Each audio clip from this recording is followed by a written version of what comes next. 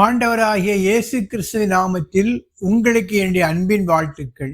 இன்றைக்கு நாம் தியானிக்க போகிற கருத்து எதுவென்றால், அப்போஸ்தலனாகிய பவுல் தீமோத்தேயுக்கு எழுதிய முதலாவது கடிதத்தில் 5வது அதிகாரத்தில் ஒரு கருத்தை குறித்து நாம் இப்பொழுது தியானிக்கலாம். இந்த 5வது அதிகாரம் 22ஆம் வசனத்தை நாம் படித்து பார்க்கும் பொழுது, பவுல் தீமோத்தேயுக்கு ஒரு கட்டளையை இடுகிறான். அது என்னவென்றால், ஒருவன் மேலும் சீக்கிரமாய் கைகளை வையாதே, மற்றவர்கள் செய்யும் பாவங்களுக்கு உடன்படாதே, உன்னை சுத்தவானாக காத்துக்கொள். ஒருவன் மேலும் சீக்கிரமாக உன் கைகளை வைக்காதே என்ற ஒரு கட்டளையை, ஒரு ஆலோசனையை தீமோத்தேயுக்கு எழுதுகிறார். இதனுடைய உண்மையான பொருள் என்ன என்பதை பார்ப்பதற்கு முன்பாக இந்த கடிதம் எழுதப்பட்டதனுடைய வரலாற்று பின்னணியை பார்க்க வேண்டும். பவுல் எபேசு பட்டணத்தில் அதிக நாட்கள் தங்கி அந்த இடத்துல சபையை உருவாக்கிவிட்டு பின்பு மக்கெதோனியாவுக்கு சென்றார். அப்படி செல்வதற்கு முன்பாக எபேசு பட்டணத்தில் தீமோத்தேயுவை அனுப்பி அங்கு விட்டுவிட்டு சபையின் காரியங்களை ஒழுங்குபடுத்தும்படியாக அவனுக்கு ஒரு கடிதத்தை எழுதுகிறார். சபையை எப்படி நடத்த வேண்டும், தவறான உபதேசங்களை எப்படி எதிர்க்க வேண்டும், மூப்பர்களை எப்படி நியமனம் செய்ய வேண்டும், மூப்பருடைய பாவங்களை எப்படி கண்டிக்க வேண்டும், தவறான மூப்பர்களை ஏன் நியமிக்க கூடாது என்கிற பல காரியங்களை குறித்து அவனுக்கு ஒரு கடிதம் எழுதுகிறார். ஏனென்றால் தீமோத்தேயு ரொம்ப வயதில் இளையவன். அந்த வயதில் இளையவனா இருக்கிற காரணத்தினால சபையை எப்படி நடத்த வேண்டும் என்பதற்கான பல ஆலோசனைகளை இந்த கடிதத்தில் கூறுகிறார். அப்படிப்பட்ட ஒரு ஆலோசனை தான் இந்த 5வது அதிகாரத்தில் சொல்லப்பட்டிருக்கு. இது குறிப்பாக இந்த 5வது அதிகாரம் 19 முதல் 25 வரை உள்ள வசனங்களை பார்க்கும் பொழுது, மூப்பருடைய குற்றங்களை எப்படி கடிந்து கொள்வது, எப்படி விசாரிப்பது, அவளுடைய தவறான மூப்பர்களை எப்படி நியமனம் செய்யாமல் தடுப்பது, தவிர்ப்பது போன்ற பல காரியங்களைத்தான் இந்த 19 முதல் 25 வரை உள்ள வசனங்களில் பவுல் எழுதியிருக்கிறார். எனவே இந்த அடிப்படையில் தான் நாம் இந்த வசனத்தை புரிந்து கொள்ள வேண்டும். ஒருவன் மேலும் சீக்கிரமாக கைகளை வைக்காதே என்று பவுல் சொல்லக்கூடிய வார்த்தையுடைய உண்மையான அர்த்தம் என்ன என்பதை இப்பொழுது நாம் பார்க்கலாம். கைகளை வைத்தல் என்றால் என்ன என்று பார்க்கும் பொழுது, பொதுவான ஒரு டெஃபினேஷன் என்னன்னா, ஒரு நபரை ஊழியத்திற்கென்று பிரதிஷ்டை செய்வதற்கு அடையாளமாக காணப்படுகிறது. ஒரு பர்டிகுலர் மினிஸ்ட்ரிக்கா அவனை ஆர்டினேட் பண்ணி ஒப்பு கொடுப்பதற்கான ஒரு நிகழ்ச்சியாக அது பார்க்கப்படுகிறது. ஒரு அதிகாரத்தை கொடுப்பதற்கான ஒரு நிகழ்ச்சியாகவும் காணப்படுகின்றது. அதான் இன்றைய திருச்சபை மொழியில சொல்ல வேண்டும் என்றால், ஒரு ஆர்டினேஷன் செரிமனியாக அந்த கைகளை வைக்கிற நிகழ்ச்சி காணப்படுகின்றது. பழைய ஏற்பாட்டிலும் சரி, புதிய ஏற்பாட்டிலும் சரி, இந்த கைகளை வைக்கிற நிகழ்ச்சி ஒரு புனிதமான ஒரு ஃபங்க்ஷனாக, ஒரு ஆனரபிள் ஒரு செரிமோனியாக நாம் பார்க்கப்படுகிறது. குறிப்பாக யாத்திராகமம் புத்தகம் 29ஆம் அதிகாரத்தில் பார்க்கும் பொழுது, ஆரோனையும் அவனுடைய குமாரர்களையும் ஊழியத்திற்கென்று, ஆசாரிய ஊழியத்திற்கென்று பிரித்தெடுக்கிற நிகழ்ச்சி அந்த பிரதிஷ்டை பண்ணுற ஒரு காரியம் காணப்படுகின்றது. குறிப்பாக எண்ணாகமம் புத்தகம் 27ஆம் அதிகாரம் 18 முதல் 23 வரை உள்ள வசனங்களில், மோசே தனக்கு பின்பு யோசுவாவை இஸ்ரவேலின் தலைவனாக நியமிக்கக்கூடிய அந்த காரியத்தில் மோசே அவன் தலையின் மீது கைகளை வைத்து ஒப்பு கொடுத்ததா பார்க்கலாம். இது பழைய ஏற்பாட்டில் காணப்படுகின்ற ஒரு சில உதாரணங்கள். புதிய ஏற்பாட்டில் பார்க்கும்போது இது மாதிரி பல நிகழ்வுகளை நாம் பார்க்கலாம். குறிப்பாக ஆதி திருச்சபையில் கிரேக்க விதவைகள் விசாரிக்கப்படவில்லை என்கிற கம்ப்ளைண்ட் வந்தபோது அதை விசாரிப்பதற்காக 7 விசாரிப்புக்காரர்களை நியமித்த போது அவர்கள் மீது ஜெபம் பண்ணி கைகளை வைத்ததாக அப்போஸ்தலர் நடபடிகள் 6:6 பார்க்கலாம். அவர்களை அப்போஸ்தலருக்கு முன்பாக நிறுத்தினார்கள். இவர்கள் ஜெபம் பண்ணி அவர்கள் மேல் கைகளை வைத்தார்கள். அதுபோல அந்தியோகிய சபையில் பவுலையும் பர்னபாவையும் மிஸ்ரை ஊழியத்துக்கென்று பிரித்தெடுத்து அனுப்பிய போது அவர்கள் மீதும் ஜெபம் பண்ணி கைகளை வைத்து ஒப்பு கொடுத்ததாக பார்க்கலாம். அதே போல 1 தீமோத்தேயு 4:14 பார்க்கும் பொழுது மூப்பர்கள் தீமோத்தேயுடைய தலையின் மீது கைகளை வைத்து அவனுக்கு தீர்க்க தரிசனத்தை உரைத்ததாக நாம் பார்க்கலாம்.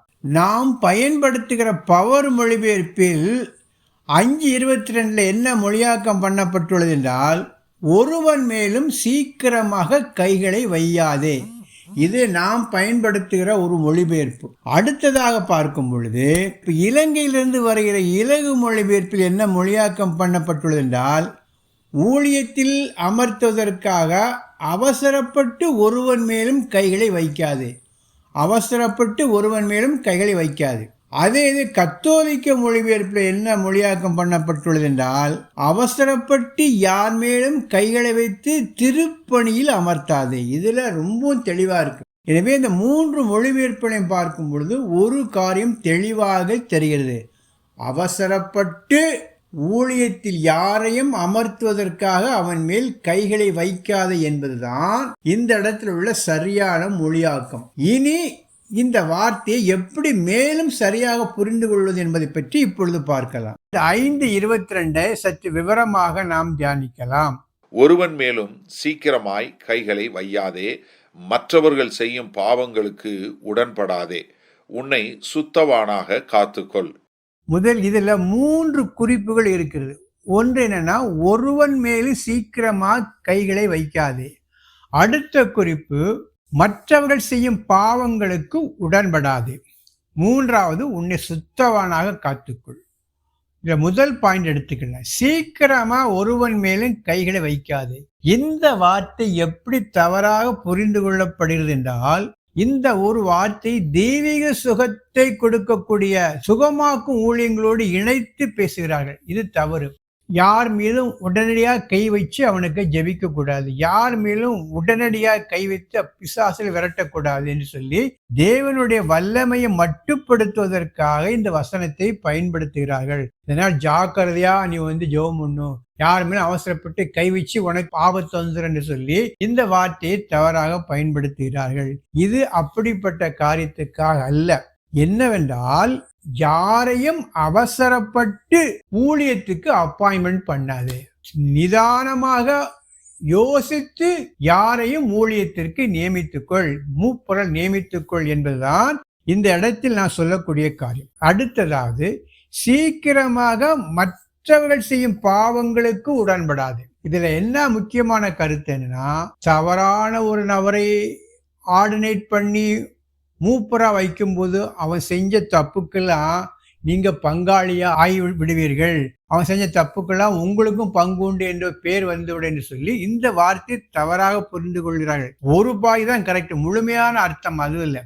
முழுமையான அர்த்தம் என்னவென்றால், ஒரு அவசரப்பட்டு யாரையும் ஊழியத்துக்கு நியமிக்கும் போது, மூப்பரா நியமிக்கும் பொழுது, அதனால் அவன் பின்னால பலவிதமான தப்புகள் செய்யக்கூடிய சூழ்நிலை வரும்போது அந்த காரியத்துக்கு நாம உடன்பட்டவர்களாக மாறிவிடுகிறோம்.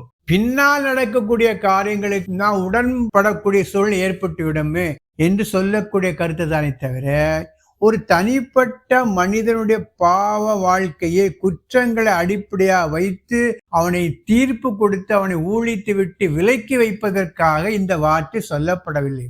அவசரப்பட்டு, ஏன்னா ஒரு பைபிள் ஒரு வசனம் உண்டு. இதே புத்தகத்துல 3வது அதிகாரம் 6வது வசனத்தை படிச்சு பார்க்கும் பொழுது, நூதன சீசனா இருக்கக்கூடாதுங்கிற வார்த்தை காணப்படும். ஒரு புது கன்வெர்ட், புதுசா வந்த ஆட்களுக்கெல்லாம் தடதடன்னு பொறுப்பு கொடுத்து அவனை உயர்த்தும் பொழுது பின்னால் செய்யக்கூடிய அநேக தவறுகளுக்கும் அந்த ஆர்டினேஷன் பொறுப்பாகிவிடும். அதனால்தான் நீ மற்றவர்கள் செய்யும் பாவங்களுக்கு உடன்படாதபடிக்கு நல்ல ஆட்களை யோசித்து அப்பாயிண்ட் பண்ணு, ஊழியத்தினுடைய திருப்பணிக்கு எடுத்துக்கொள் என்பதுதான் இந்த இடத்துல மற்றவருடைய பாவங்களுக்கு உடன்படாதேங்கிற வார்த்தையுடைய உண்மையான. அடுத்தது, உன்னை சுத்தவானாக காத்துக்கொள். இதனுடைய உண்மையான அர்த்தம் என்னன்னா, பவுல் தீமோத்தேயுக்கு 2 முக்கியமான அசைன்மெண்ட் கொடுத்திருக்காரு இந்த கடிதத்துல. முதல் அசைன்மெண்ட் என்ன, 1வது அதிகாரம் 3 முதல் 6வது வசனம் வரை காரியங்களை பார்க்கும் பொழுது, எபேசிஸ் பட்டணத்தில் உள்ள சபையில தவறாக போதிக்கக்கூடிய அநேக மக்கள் காணப்படுகிறார்கள், போதிக்கக்கூடிய மூப்பர்கள் காணப்படுகிறார்கள், அவர்களை திருத்த வேண்டும். அடுத்தது, பாவங்கள் செய்யக்கூடிய மூப்பர்களை, ஊழியக்காரர்களை கடிந்து கொண்டு அவருடைய பாவங்களுக்கு உடன்படாமல் இருக்க வேண்டும், நீ அவங்களை கடிந்து கொள்ள வேண்டும் என்கிற காரியத்தை சொல்கிறார். 2 காரியத்தையும் செய்து நீ உன்னை சுத்தவானாக காத்துக்கொள். இதுதான் அந்த இடத்தில் சொல்லப்பட்டக்கூடிய உன்னை சுத்தவானாக காத்துக்கொள் என்பதுடைய உண்மையான அர்த்தம். இது தனிப்பட்ட தீமோத்தேயுனுடைய பரிசுத்த வளர்ச்சியை குறிப்பதான ஒரு வார்த்தையாக எடுத்துக்கொள்ளக்கூடாது. இந்த 2 காரியத்தும், தவறான உபதேசங்களை நிறுத்த வேண்டும், பாவத்தில் விழுகிற ஊழியக்காரர்களை கடிந்து கொண்டு உன்னை சுத்தவான, நீ கரெக்டா இருந்துக்கோ என்பதுதான் நீ உன்னை சுத்தவானா காத்துக்கொள் என்பதனுடைய உண்மையான அர்த்தம். இதுதான் இந்த வசனத்தின் மூலமா நாம் புரிந்து கொள்ளக்கூடிய காரியம். இறுதியாக இந்த 5:22 எப்படி புரிந்து கொள்ள வேண்டும் என்றால், அதற்கு ஆதாரமாக பவுல் கடைசியில 2 முக்கியமான காரியங்களை சொல்கிறார். 24ஆம் வசனத்தை படிக்கலாம். சிலருடைய பாவங்கள் வெளியரங்கமாயிருந்து நியாய தீர்ப்புக்கு முந்திக் கொள்ளும், சிலருடைய பாவங்கள் அவர்களை பின்தொடரும். சிலருடைய பாவங்கள் வெளியரங்கமாக இருந்து நியாய தீர்ப்புக்கு முந்திக் கொள்ளும். அதாவது சிலருடைய பாவங்கள் வெளியே கொண்டு வரப்படும், ஆனால் நியாய தீர்ப்பினால் அவர்களுக்கு தண்டனை குறைவாக கிடைக்கும். கர்த்தர் மன்னித்து விடுவார். இப்படிப்பட்ட நபர்களை நாம் எப்பொழுதும் சந்தேக பார்வையோடு பார்த்து அவர்களை விலக்கி வைக்கக்கூடாது. இதுதான் முக்கியமான ஒரு குறிப்பு. எப்படி என்றால், இந்த தவறான மனிதர்களை, தவறு செய்தவர்களை நான் நியமிக்கும் பொழுது அவருடைய பாவங்களுக்கு நாம் உடன்பட்டு விடுவோம் என்கிற பயத்தோடு கூட அவளை எப்பொழுதுமே சந்தேக பார்வையோடு பார்த்து அவர்களை விலக்கி வைக்கக்கூடாது. அடுத்த கேட்டகரி என்ன? சிலருடைய பாவங்கள் அவர்களை பின்தொடரும்.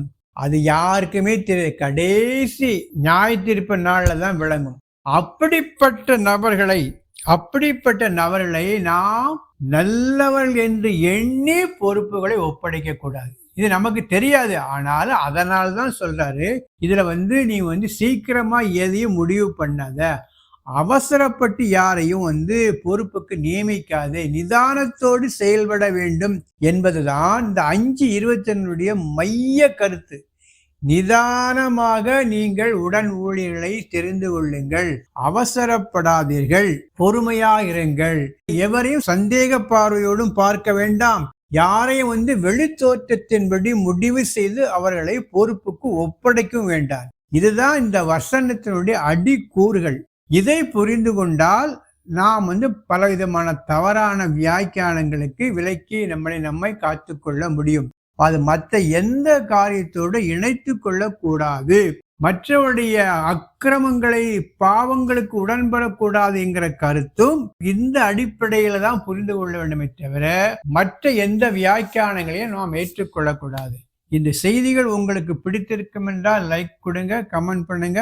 இதை பற்றி உங்களுடைய கருத்துக்களை யூடியூபில் பதிவிட்டால் நலமாக இருக்கும். அடியனுக்காக பாரத்தோடு ஜெபித்துக் கொள்ளுங்கள். இந்த எளிய ஊழியம் தொடர்ந்து நடைபெற உங்களுடைய ஜெபங்களை நாடி இருக்கிறேன். கர்த்தர் மகிமைப்படுவாராக. ஆமென்.